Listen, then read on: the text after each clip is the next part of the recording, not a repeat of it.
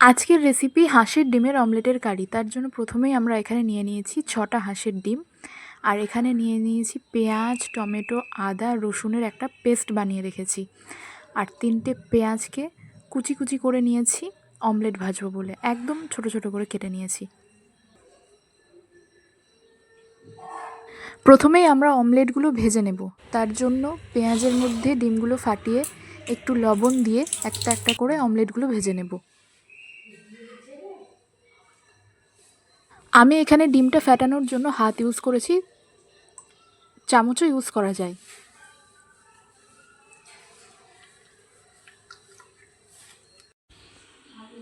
কড়াইয়ে অল্প অল্প করে তেল দিয়ে একটা একটা করে অমলেটগুলো ভেজে নেব।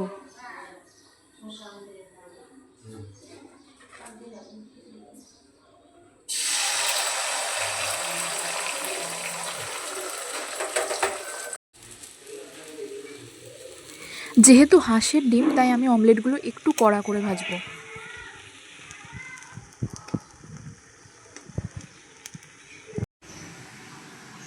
সমস্ত অমলেটগুলো ভেজে এখানে তুলে রেখেছি। এরপর কড়াইয়ে দিয়ে দেব সর্ষের তেল, তার মধ্যে দিয়ে দেব শুকনো লঙ্কা আর সাদা জিরে।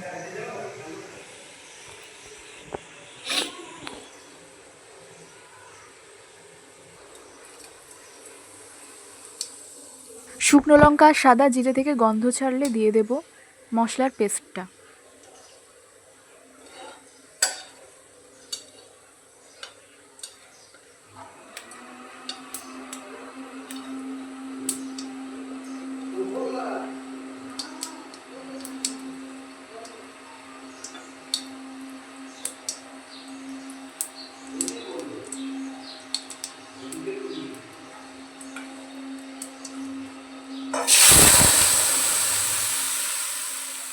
মশলার পেস্টটা দেওয়ার পরে ঢাকনা দিয়ে দেব, যাতে মশলার কাঁচা গন্ধটা চলে যায়।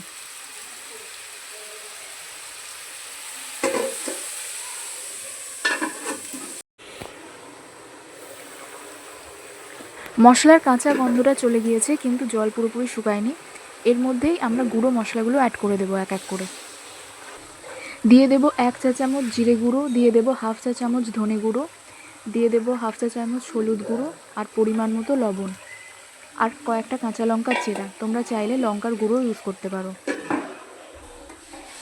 তারপর আবার ঢাকনা দিয়ে রেখে দেব।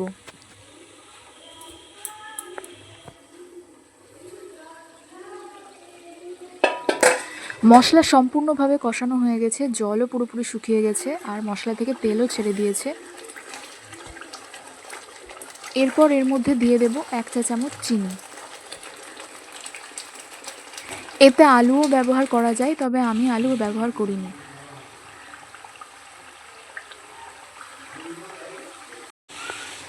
এরপর ডিমের অমলেটগুলো টুকরো টুকরো করে এর মধ্যে দিয়ে ভালো করে কষিয়ে নেব, যাতে অমলেটগুলোর মধ্যে মশলার ফ্লেভারটা ঢোকে।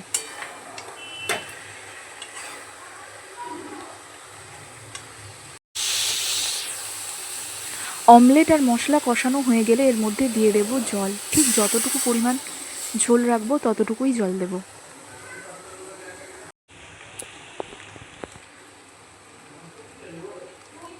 ঝোলটা ফুটে গেলে এর মধ্যে দিয়ে দেব 1 চা চামচ গরম মশলার গুঁড়ো। ব্যাস, তাহলেই তৈরি আমাদের হাঁসের ডিমের অমলেটের কারি। ভিডিওটি ভালো লাগলে ভিডিওতে একটি লাইক করে দেবেন এবং চ্যানেলটিকে সাবস্ক্রাইব করে পাশে থাকবেন, আর কমেন্ট করে জানাবেন কেমন লাগলো আপনাদের এই ভিডিওটা।